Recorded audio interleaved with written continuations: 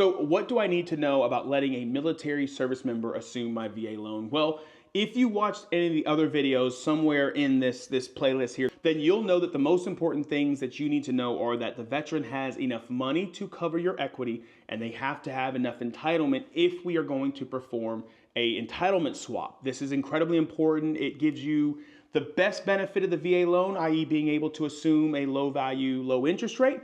At the same time, though, you're going to want to make sure you're able to get your entitlement out of that. So in my opinion, those are probably the two most important things you're going to want to make sure. The other big thing is going to come down to time. You're going to want to make sure that the veteran that is assuming your loan, or the active duty personnel, because that happens too, that's assuming your loan, has enough time to make the deal work. I can tell you there's a number of times I've been in a situation where timelines were really tight, and with the VA loan, there can always be some hiccups. So we want to make sure those things are there. But the big issue is going to be, you want to make sure that veteran not only has the cash to buy your equity. Some servicers will require that they have that money. They will not allow for there to be a second lien on the property, i.e. like a second mortgage. And the other big thing is going to be the entitlement if we plan on doing an entitlement swap.